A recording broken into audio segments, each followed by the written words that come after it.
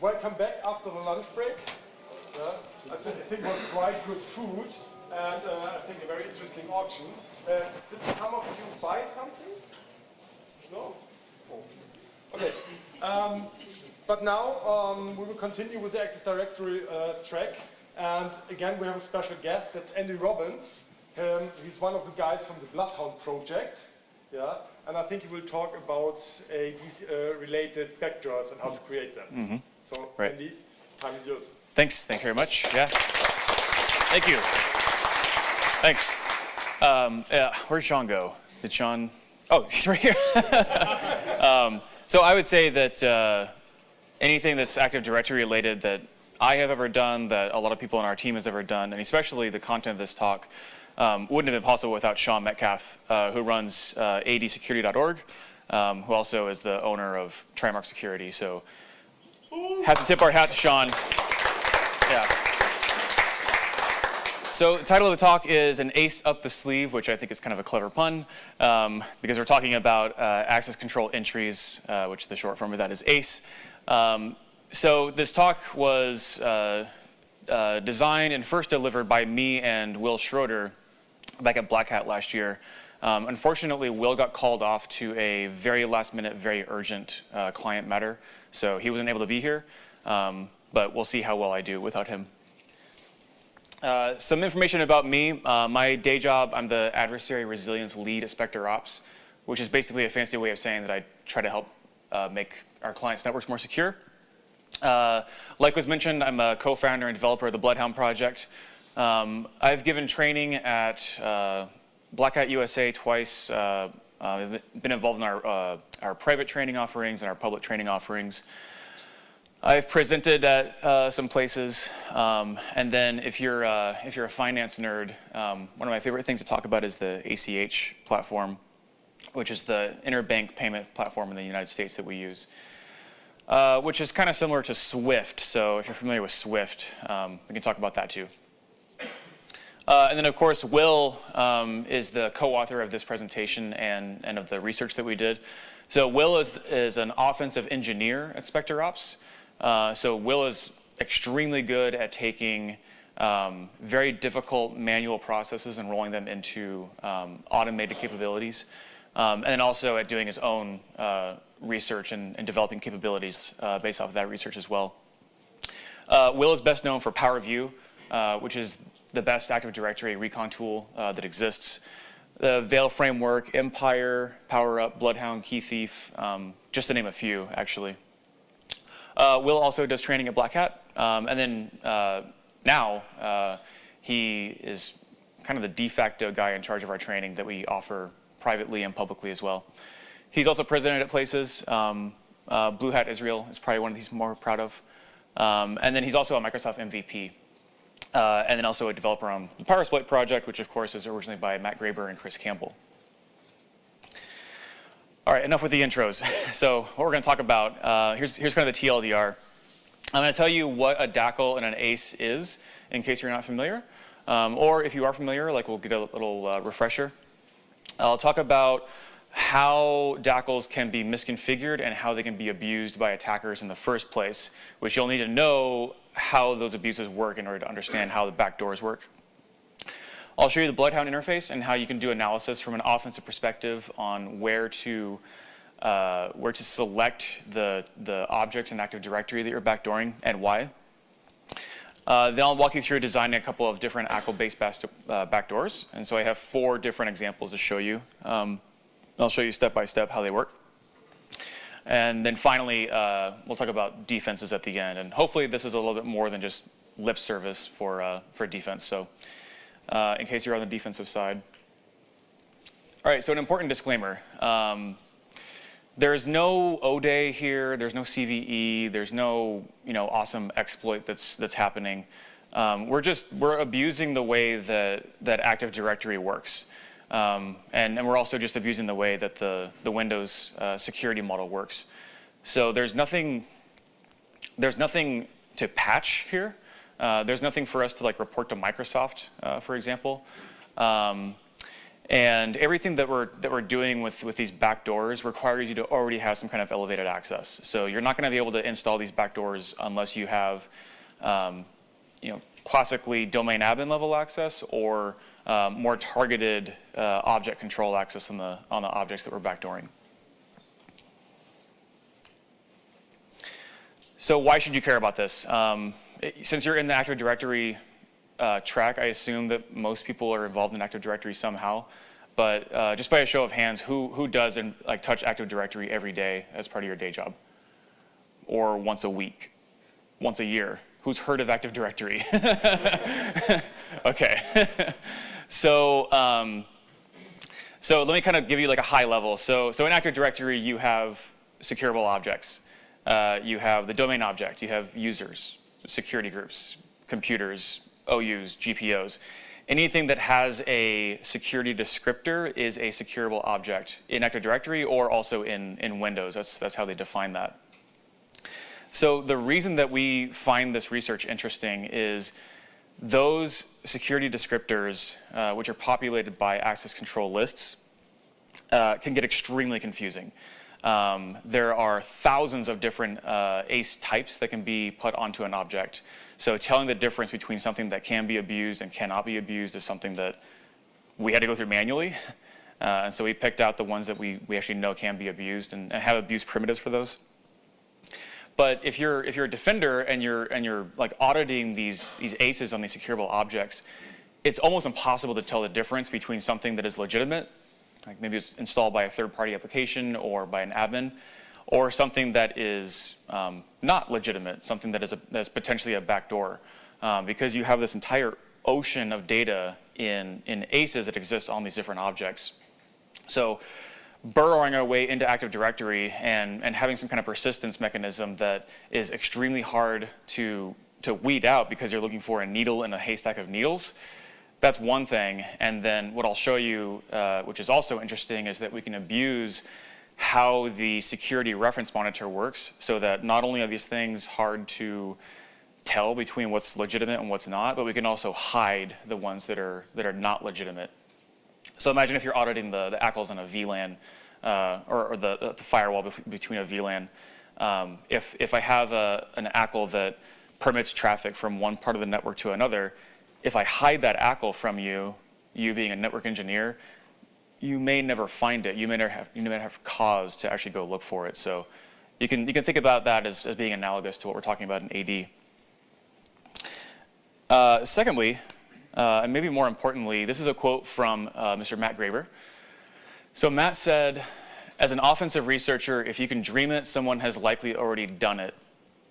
And that someone isn't the kind of person who speaks at security conferences. So Matt is right here, but if I could paraphrase for him, to me this means that the offensive research that we do, we're not the first ones who have done it. When it comes to the discussion about whether we should be talking about these things publicly or not, these kinds of attacks have existed for a long time. In fact, I'll show you evidence of that. And us talking about this publicly, it gives us a chance to test these things in our client environments and other people. And more importantly, for the defenders, it makes you aware of what the risks are that are associated with this research. Is that kind of decent paraphrase? Yeah. Okay. And it levels the playing field for everyone once you put it out there for everyone to consume. Yeah. Yep. Perfect. Okay. So that takes us to talking about some prior work. This is the most important piece of prior work that is related to our research. So this is a white paper that came out called Active Directory Control Paths, or Chemin de Contrôle en Environnement Active Directory. It's my very bad French accent. But this is research by a couple guys named Lucas Boyot and Emmanuel Gras from ANSI, which is, my understanding is kind of like the equivalent of the CIA in France. Their white paper was all about building an attack graph, which is what Bloodhound uses, to track escalation opportunities based on access control entries on securable objects. So we learned a lot from their white paper. Their paper definitely enabled us to do our research.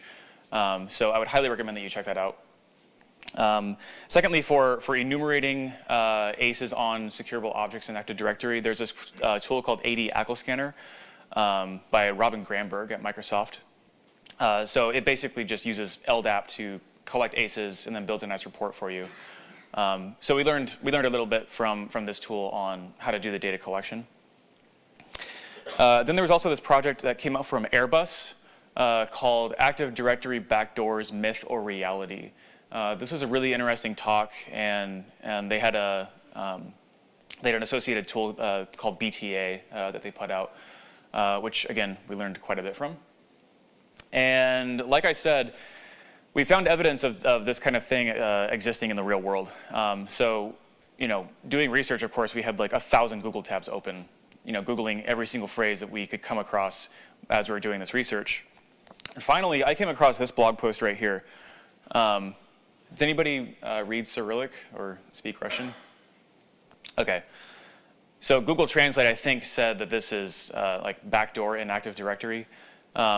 And basically, this is a blog post written in Russian from the year 2010.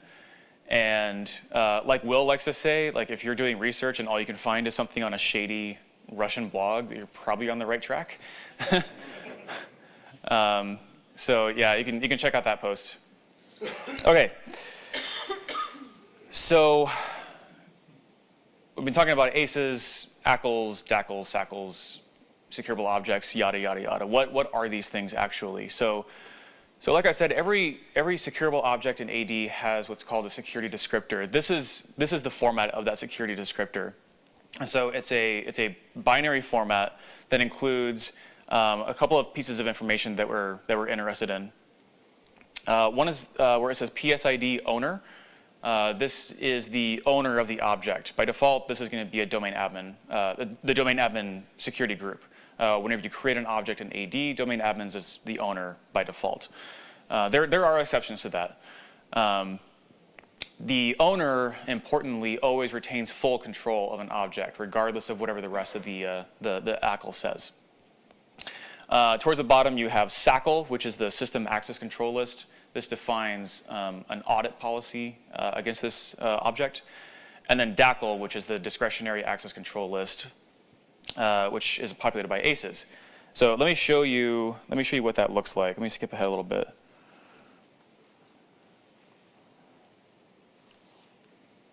Okay, maybe I don't have a good screenshot of that.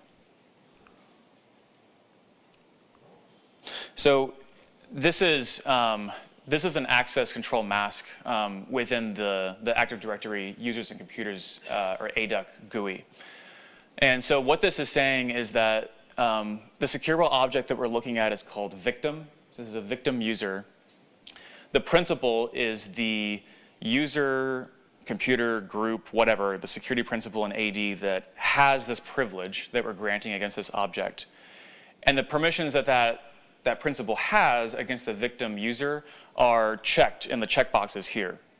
So for example, the HarmJoy user has the modify owner privilege against the victim user. So is this a little bit easier to grok if it's like in this visual way?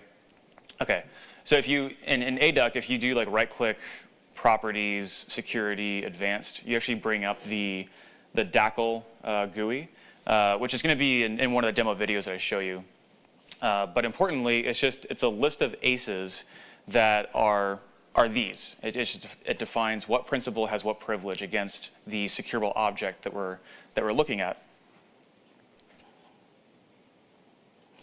So there are a couple of different ACE types that we're interested in.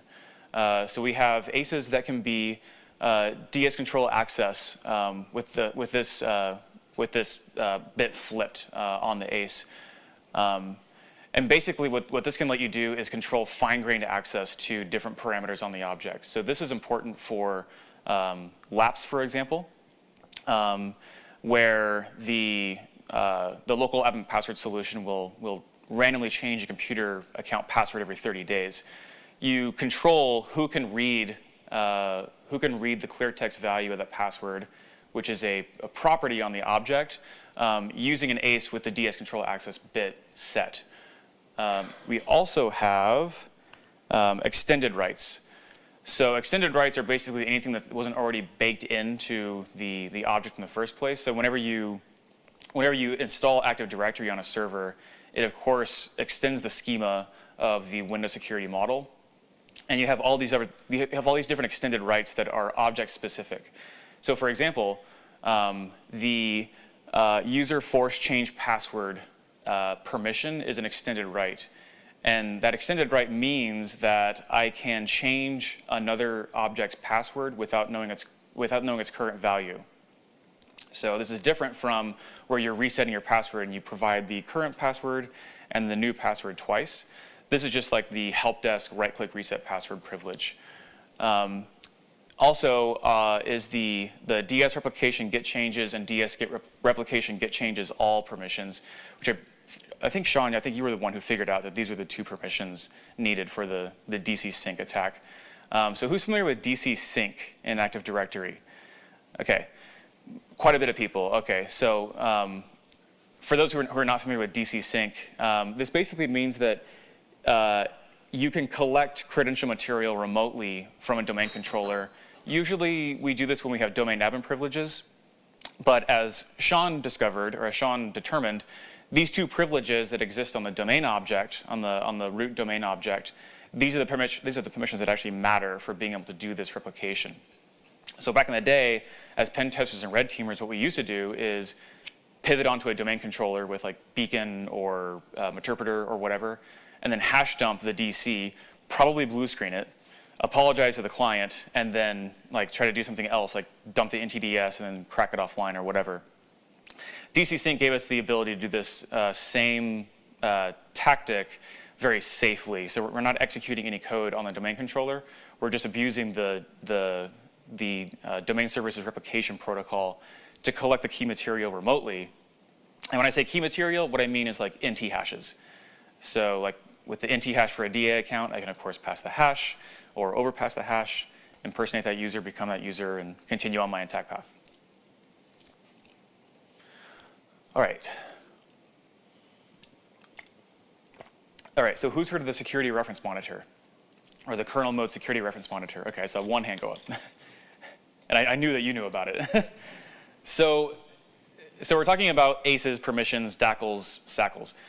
There are a few different parts of the operating system that are in charge of evaluating these permissions whenever an access request comes through, like to the domain controller, for example. So say I'm a help desk user and I want to reset Sean's password.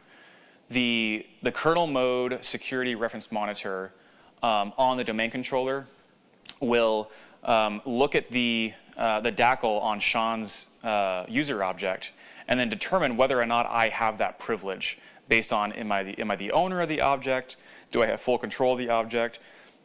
Do I have the specific extended right that lets me force reset his password? Whatever.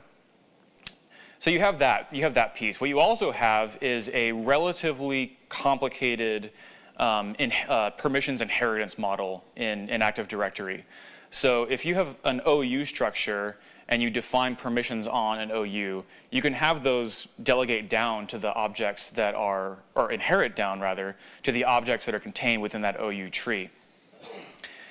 This becomes important because the SRM, when it's evaluating Sean's object, it goes through a certain order of priority for these ACEs to determine whether or not I have this privilege. And so you can have approve ACEs and you can have deny ACEs, and they can override one another and they can conflict with each other. So the SRM needs a way to kind of deconflict this and figure out what the permission actually is. So here's a visual way to think about this. Say you have an OU called IT at the very top, and on that OU I define some kind of explicit deny permission. So I put that on that OU, and then let's say that like we're having that permission delegate or inherit down, and we're not having any OUs block inheritance or permissions. So that's going to inherit down to the middle OU here called help desk, and it's going to be reflected on that OU as an inherited deny. So explicit deny then becomes an inherited deny on the help desk OU. Then that's going to trickle down to the Robbie Winchester user in this example, and that's again going to be an inherited deny. Because that ace comes from a generationally more separate object than the Robbie Winchester user, that ace becomes the lowest priority ace on the object.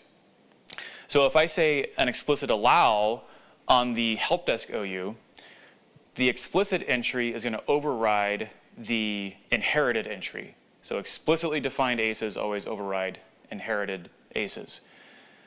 And then that's going to trickle down again to the Robbie Winchester user as an inherited allow. Now usually, a deny ace takes precedence over an allow ace, as if this wasn't complicated enough already. However, because like I said, the OU above is further away from the object, the allow ace actually takes precedence over the deny ace. Then if I set explicit permissions on the user object himself, I could say an explicit allow, which is going to take precedence over both of the inherited aces. Or if I say an explicit deny, that's going to take precedence over everything else. So the be-all, end-all is explicitly denied aces. And that'll be important when I show you the stealth primitives for hiding objects. OK, how are we doing so far? Are things kind of clicking? I know you understand it. But things are kind of gelling, things are making sense? OK. So let's talk about how these can be misconfigured and how those misconfigurations can be abused. So a couple of different ways to look at this. In the Bloodhound project, who's familiar with Bloodhound? OK, great. It's more than people who know about Active Directory. That's kind of backwards. So where was I? Yeah. So in the Bloodhound project, what we're interested in are finding elevation attack paths. So that's what we map out in the GUI, and what Sharphound collects are the aces from objects that can actually be abused so that we can execute our attack paths and become DA and be happy. We could also look at these from a persistence perspective instead. So once I get DA, then I can use my knowledge about how to execute these attack paths to build out persistence mechanisms, which is, of course, the point of this talk. Now, importantly, if you're familiar with Bloodhound, then you're probably familiar with attack paths, and you're familiar with how certain misconfigurations can be chained together to make something that is much greater than the sum of their whole. So the last backdoor example that I'm going to show you is one of those examples where we're giving ourselves persistent domain admin level access, and we're never touching anything that is a domain admin or the domain object or domain controller because of this like transitive object control concept. Okay, so how do we abuse user object aces? How do we take over a user object? There are a few different attack primitives for this. Basically, it comes down to two options. Either I can change the password for that user, which then, of course, if I know their password, I can impersonate them. Or I can do what is called a targeted Kerber roasting attack, which Will has a great blog post called Targeted Kerber Roasting. Who's familiar with Kerber roasting? Okay. Very quick refresher. Kerber roasting allows you to crack user passwords if a user has a service principal name registered on their object. You can request a Kerberos ticket from the DC that is signed and encrypted using that user object's NT hash. Then if I can crack that ticket open and read the contents, then I've recovered that user's plain text password, because I'm trying to generate clear text passwords to extract the contents of the ticket out. If you want a more in-depth, more accurate explanation of that, talk to this guy right here. Talk to Sean. So if I have control of a user object, that means that I can control the properties on the object. So if a user doesn't already have an SPN set, I can give it an SPN and then request that Kerberos ticket and go through that Kerber roasting attack. As we're doing our attack paths, what's important for this is that we're choosing a user that is privileged in the first place. Like, we don't want a worthless password. And in my experience, it's more successful if we find a user password that is very old.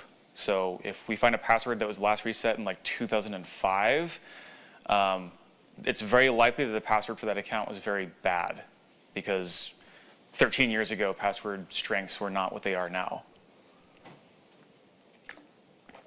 couple different ways you can get there. You could have the write property privilege to all user properties. You could have write property specifically to the service principal name attribute. You could have all extended rights, which includes the force reset password privilege, or you can explicitly have the user force change password permission against that user. You can abuse this with power view commandlets, set domain object owner, and set domain user password.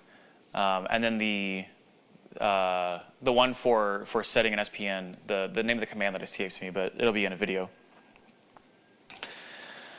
Group objects, this kind of comes down to one thing, the ability to add people to security groups. So think about it like if I have the ability to add people to the domain admins group, I'll just add myself. It's as simple as that. In PowerView, you can abuse this with the add domain group member commandlet. Computer objects are not as easy to abuse, unfortunately. We really only know of one attack opportunity or primitive, I guess, and it's if lapse is installed in the environment. Then, if you can get read access to the MSMCS admin password attribute or property rather, you can read the clear text password for the computer account password, and then of course use that to get privileged access to the actual physical system. That's really the only thing that we know of right now. If you have ideas, we would love to hear them for how to take over computer objects, or how to turn control of the computer object in AD, how to turn that into privileged access to the actual system. I would love to hear it. Then of course you have the domain object. So one of the also pieces of prior work was a blog post that Sean put out, which was about different sneaky persistence mechanisms in AD. It's actually the first example I'm going to show you. And in Sean's blog post, he talks about how, well, a lot of things. Just like every blog post is like a compendium of information. But one of the pieces was backdooring Active Directory by giving yourself this DC sync privilege. And so the domain object itself is where that privilege exists. So if I have write DACL privilege against the domain object, for example, then I can just give myself whatever access I want. So write DACL means I can write to the DACL. I can write a new ACE and just give myself whatever permission I want. Okay. Then of course, like Sean talked about in his blog post as well, are GPOs. So the case study here is pretty simple, is that if I have control of a GPO and I know what objects that GPO applies to, then using gpedit or some other kind of capability to modify GPO, I can push down an evil policy to that user or computer object. So for example, I might push down like an evil registry key, or I might push down a scheduled task, or something like that. Okay, so on the previous slides, you saw like what the specific permissions were that were necessary to execute these different attacks. So for like reading the lapse attribute or the DC sync privilege. What you also have are generic rights that exist in AD. So we map these out in Bloodhound as well. So you have generic all. This is just another way to say full control. That means that I can do anything to the object that I want. Generic write means that I can write to almost all properties, basically all properties I have the ability to write to. And so here's that command that I was talking about before. Using set domain object, you can control the properties on an object. So that's what you would use to do that targeted Kerberos attack and set a user's SPN.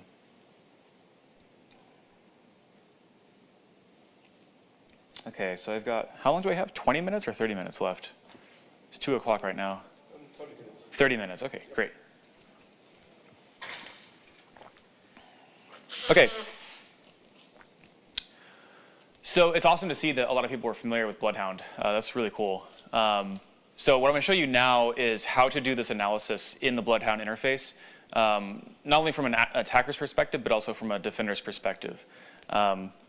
Bloodhound obviously has a lot of value for attackers, but the the use case for defenders is a lot more compelling, as you can use this to identify and mitigate attack paths that exist.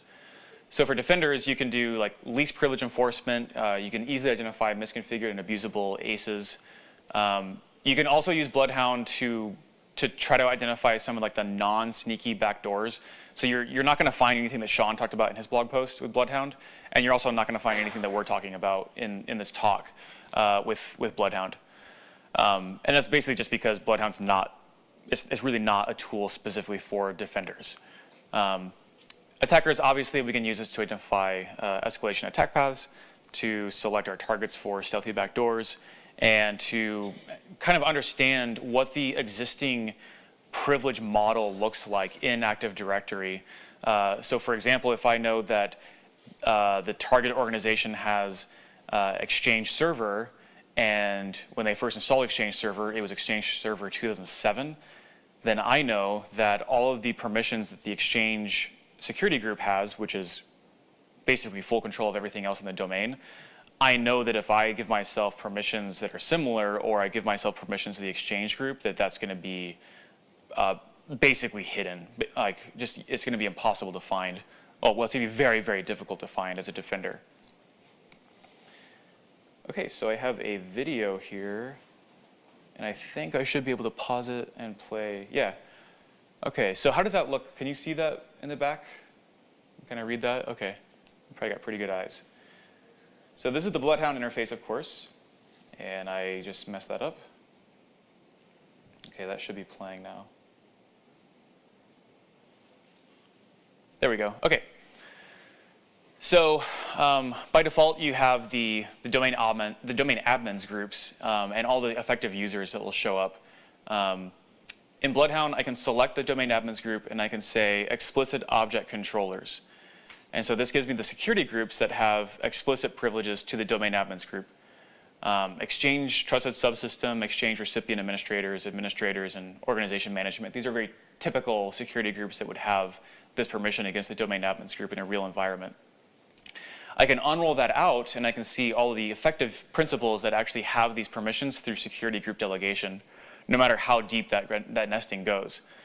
So all those Exchange servers, for example, they're all part of the Exchange trusted subsystem, which has generic all privilege against the domain admins object. Then you have this group nesting right here, where there's a user that's a member of a group, member of a group, member of a group, and finally it's that backup to group that has the right DACL privilege against the domain admins object. And then, and let me pause this a little bit because it's getting a little ahead of me. So first we looked at explicit object controllers, then we looked at unrolled object controllers, so who can control the object through security group delegation. And then finally we have this concept called transitive object control. We were originally going to call this just derivative object control, but Jared Atkinson told me that the word transitive sounds better, so that's what we did. But it is a more accurate word than derivative. And so transitive object control basically just means that all of the objects that already have control of the domain admins group, they're going to have other principals that can control them. And so if I unroll that out and I have these ACL-only attack paths, what are all of the objects in AD that effectively can control the domain admins group through those kind of attack paths? And that number in the example database is 50. So you have these different attack paths where, like, these users all here, they belong to a group called identity admins, which belongs to a group called account operators. Account operators has the force change password privilege against one member of the domain admins group. We'll talk about admin SD holder and the things involved in that later. Another example, this user is a member of that group. That group is a member of that group, which has the force change password permission to this user. That user has force change password to this user. That user is a member of this group, which has generic all permissions to the domain admins group. So if I'm a red teamer and I'm reading this, I know that if I get control of that user object on the very far left, that I can just I can change the password for that intermediary user, impersonate that user, change that user's password, impersonate that user, and then use that user's generic all permissions to add a different security identity to the domain admins group, use that privilege to do my evil task, and then I can undo all of that and make the environment look the same way that it did before. So I can also do outbound permissions analysis. This is something that in my understanding doesn't exist in any other tooling. So this user R Taylor, for example, if we want to say like what control does this user have over other securable objects in AD, I can do that. So by group delegation, that user has control of 4 other users. And so it's through one nesting of security group membership, and then the backup 10 security group having force change password against these 4 different users. And then transitive object control, so if this user were to execute these ACL attack paths, it actually has control of, I think it said 20 different securable objects in AD.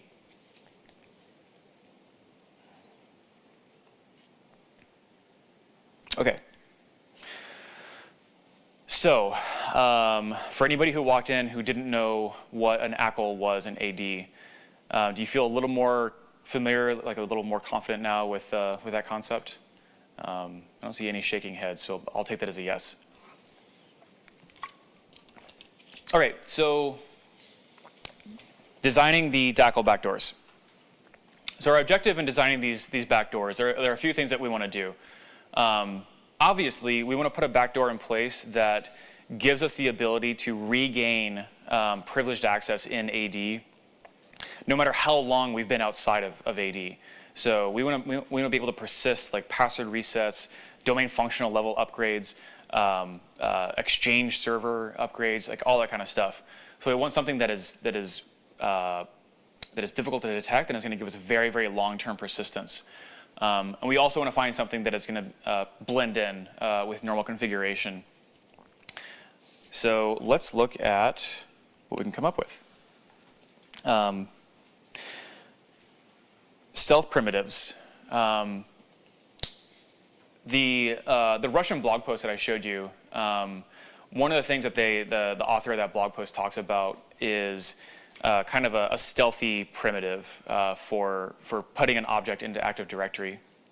And basically what the author of that blog post did was put the user object into an OU within AD that would only show up if you had the advanced view tick mark enabled in ADUC. So a few problems with that. You can just click advanced view and see the object. And also, it doesn't do anything to hide that user through any other mechanism besides ADUC. So LDAP, for example, if somebody is doing an LDAP query for all the users in the domain, they're still going to find it, even though that OU only shows up in advanced view. So there is a way that we can hide a DACL, and that we can also hide an object. So what I mean when I say hide the DACL, if I'm a domain admin and I right-click on an object and I say properties, security, advanced, the DACL is a thing that I see that shows up that I can audit. As an attacker, what I want to do is remove that admin's ability to see the DACL in the first place. So how we can do this is we need to change the object owner of the object that we're backdooring away from domain admins, because like I said before, object owners retain full control. Then we'll add a new explicit ACE to the object, and remember that explicit ACEs override inherited ACEs, and we'll deny the everyone principal the read permissions privilege. And this means that anybody who is not the object owner is not going to be able to enumerate the DACL on that object. In the ADUC GUI, it looks like this. So it's pretty simple when you look at it in the GUI. So this user Jeff Dimmick, we're saying that everyone is denied the read permissions privilege. We can also hide the existence of the object itself. If it's an object that we are backdooring, or if it's an object that we have control of that we're implementing a backdoor on behalf of. So the way you do this, you change the owner of the object to something besides domain admins. What I usually do is just change the object owner to itself. And typically the reason for that is because the object that we're hiding is an object that we have control of as an attacker. Then grant explicit control of the principal to either itself or to another control principal. And so that means, backdoor the thing itself or backdoor something else on its behalf. And then on the OU that contains the object, add a new explicit ACE that says everyone is denied the list children or the list contents privilege. Then, if you actually look in the ADUC, I have this OU right here called invisible to domain admins. And I'm running ADUC as a domain admin. There are several users that exist within this OU, but because the domain admin is part of the everyone principle, and because they're not the object owner, they can't see the contents of this OU. They would also not be able to see it through other mechanisms such as LDAP. They're going to be denied the permission to see that object. Okay? So we know which ACEs result in object takeover. We can control who can enumerate the DACL, and we can control who can audit these permissions. And we can hide the principals or the trustees that are present within a specific ACE. So let's look at some case studies. And these are going to be in increasing level of complexity. I might have to skip one just because of time. So the first one is based on a blog post from Sean here. And this is a hidden DC sync backdoor. DC sync, again, is the attack that lets you extract NT hashes remotely from a domain controller. And so what we're going to do, we're going to add the DS replication get changes and DS replication get changes all permissions on the domain object where the principal, the trustee for this permission, is an object that we control as the attacker. That's it. That's the only permission that that user needs to have. It can be a domain user. It can be a domain computer. It can be anything. We'll add these two permissions to the domain object. That user is now going to be incredibly powerful. Then, no matter how long you are outside of the domain or outside of the network, once you get access back and then impersonate that user, you're going to be able to execute that DC sync attack. So here's a video of how to do this. With all of these, the first thing to do is to import PowerView. Then we're just going to show you that this bad guy user doesn't have any special security group memberships. So he belongs to domain users, and that's it. We'll get the SID of that user because we need the SID in order to populate an ACE. And then we'll look at what permissions that user currently has against the domain object. And so there's no result that comes back from this get domain object ACL where we're targeting the domain object itself, and we're filtering by where the ACE trustee is our bad guy user. So that there's no output that comes back, so he doesn't have any rights right now. Then we're going to add our ACL backdoor, so we're going to give that user that permission, which again, we're doing this as a DA. We're doing this after we've already gotten elevated access. And then we'll just ensure that our access is set. And so now we can see the ACE, or the ACEs, that exists on the domain object where the bad guy user is the trustee. So then for executing this, first at the top of the console we did who am I, so we're running as a bad guy user.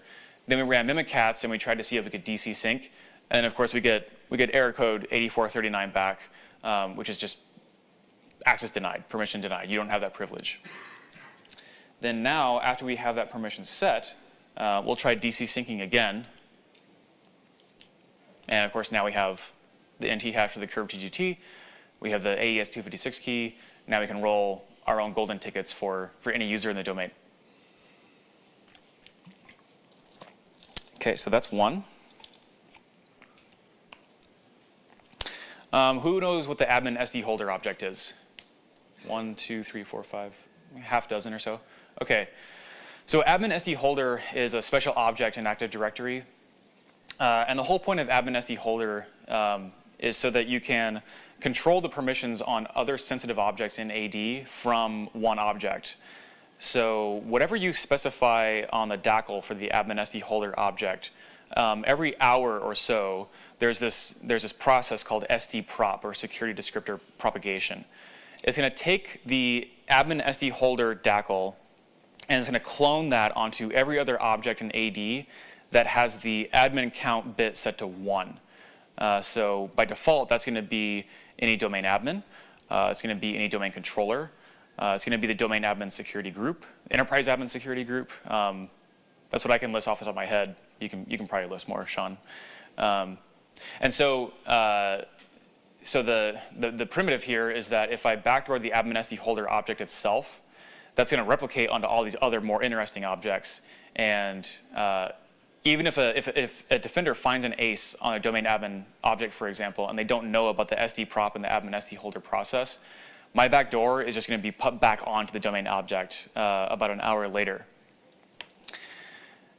Okay, so yeah, that's the backdoor. And then execution, after we get access back into the environment, all we do is just change the password for any user that has the admin count property set to 1. Okay, so again, we're going to import PowerView. We're going to grab the SID for bad guy 2, and we're going to show you that this guy doesn't exist in any privileged groups.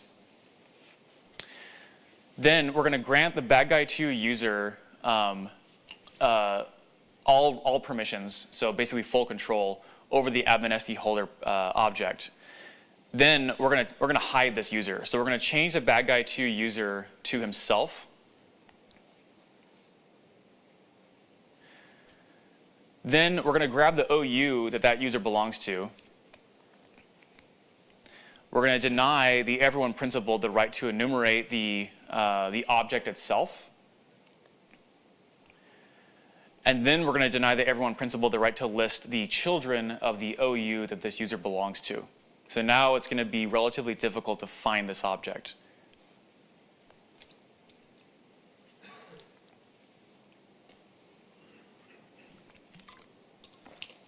And then in ADUC, that user is no longer going to show up. After we wait about an hour, we can see that the admin SD holder has had its security descriptor cloned over to these different objects. So in this example, we're looking at this object called DA, which is just a domain admin user.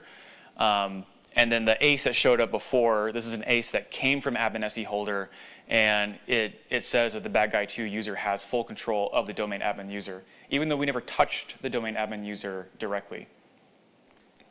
Then running as a domain admin, we can't see the bad guy 2 user anymore, so if we refresh ADUC, the user disappears. It just, like a phantom, it's gone.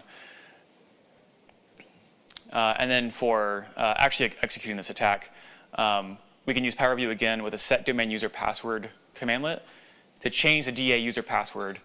And then now knowing the current clear text value of that DA password, we can of course impersonate that user.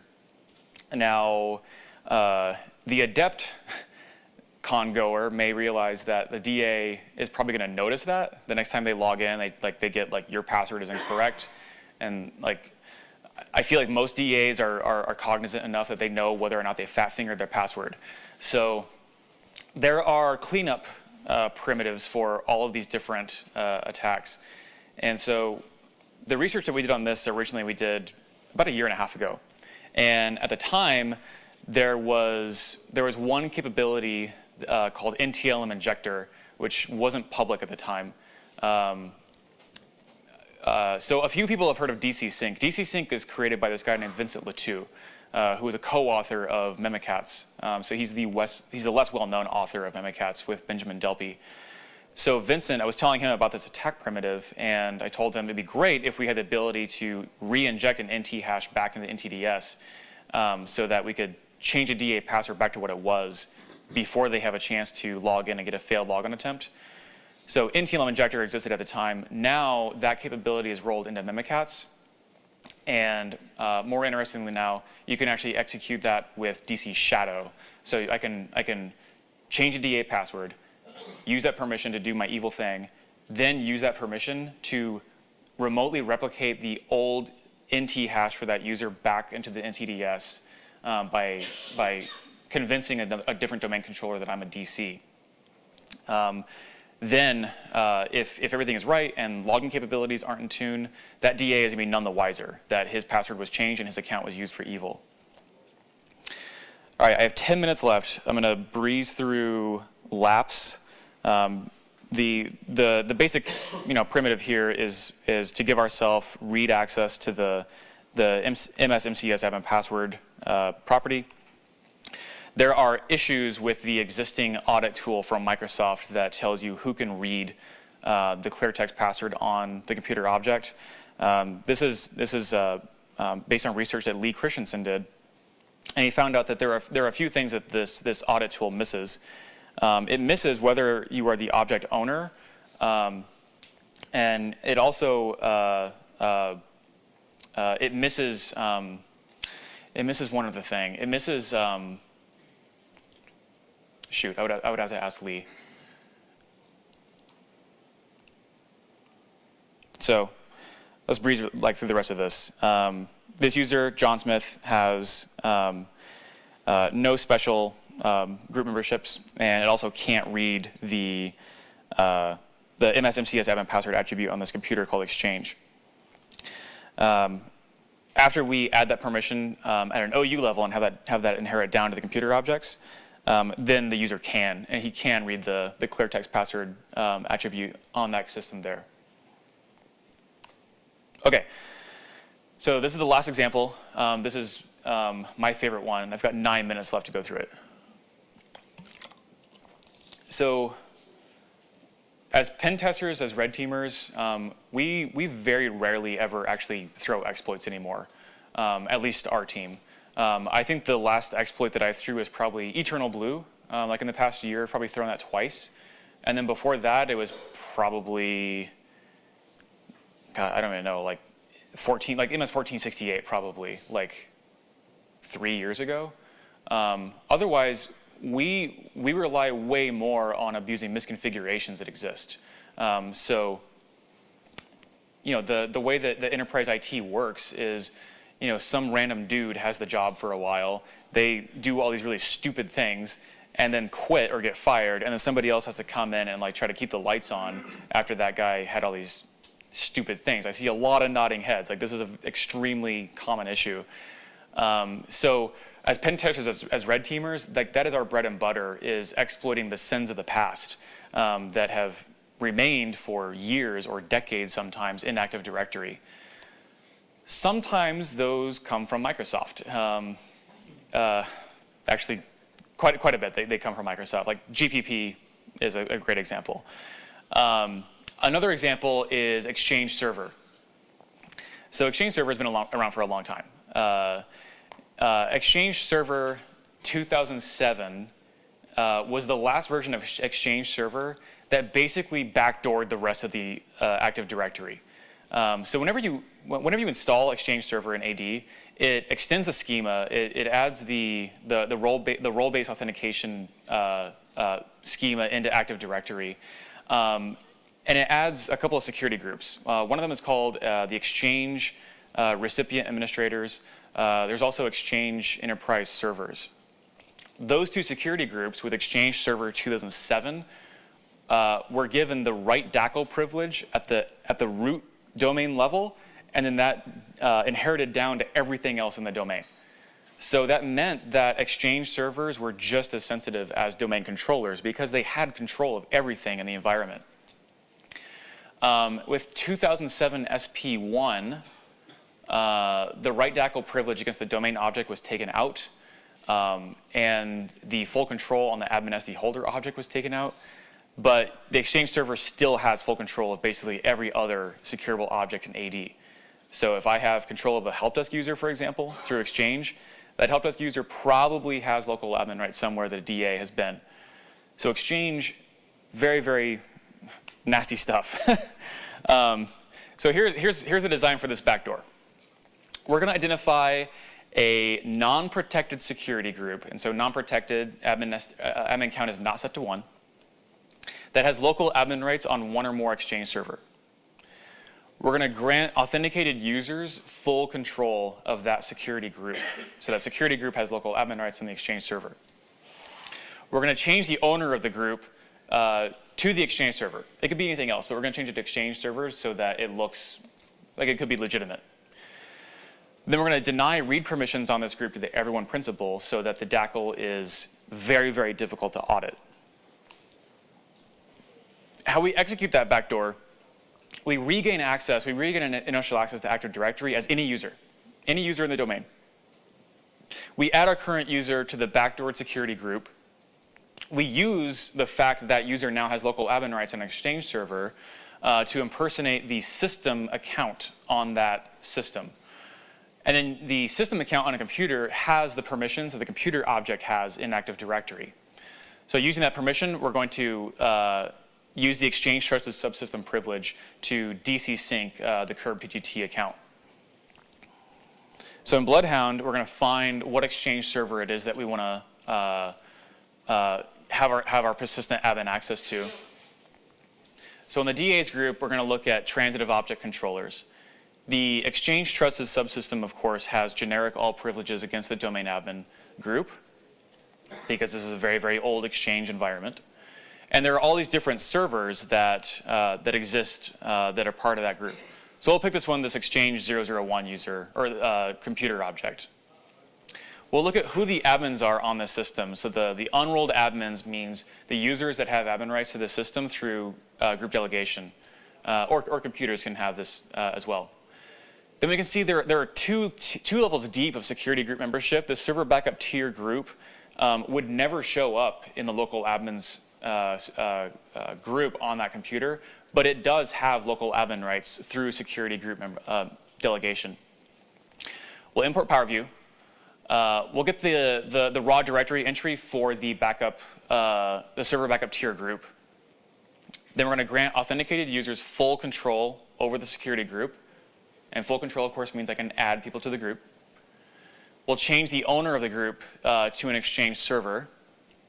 So the Exchange server itself that we're going to have persistent admin rights to. Then we're going to deny read permissions on the group to the everyone principal. So nobody can easily audit this object. I have 3 minutes. I better go quick. Okay. So on this host, I'm running as the R Winchester user.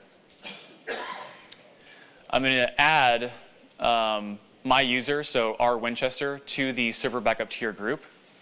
Then I'm going to use psexec to remotely run memcats on the system. And because I'm running as a system user, I have the same permissions that that computer object has in AD. Then I'm going to do DC sync to collect the curb TGT NT hash. And that's it. So the backdoor is executed.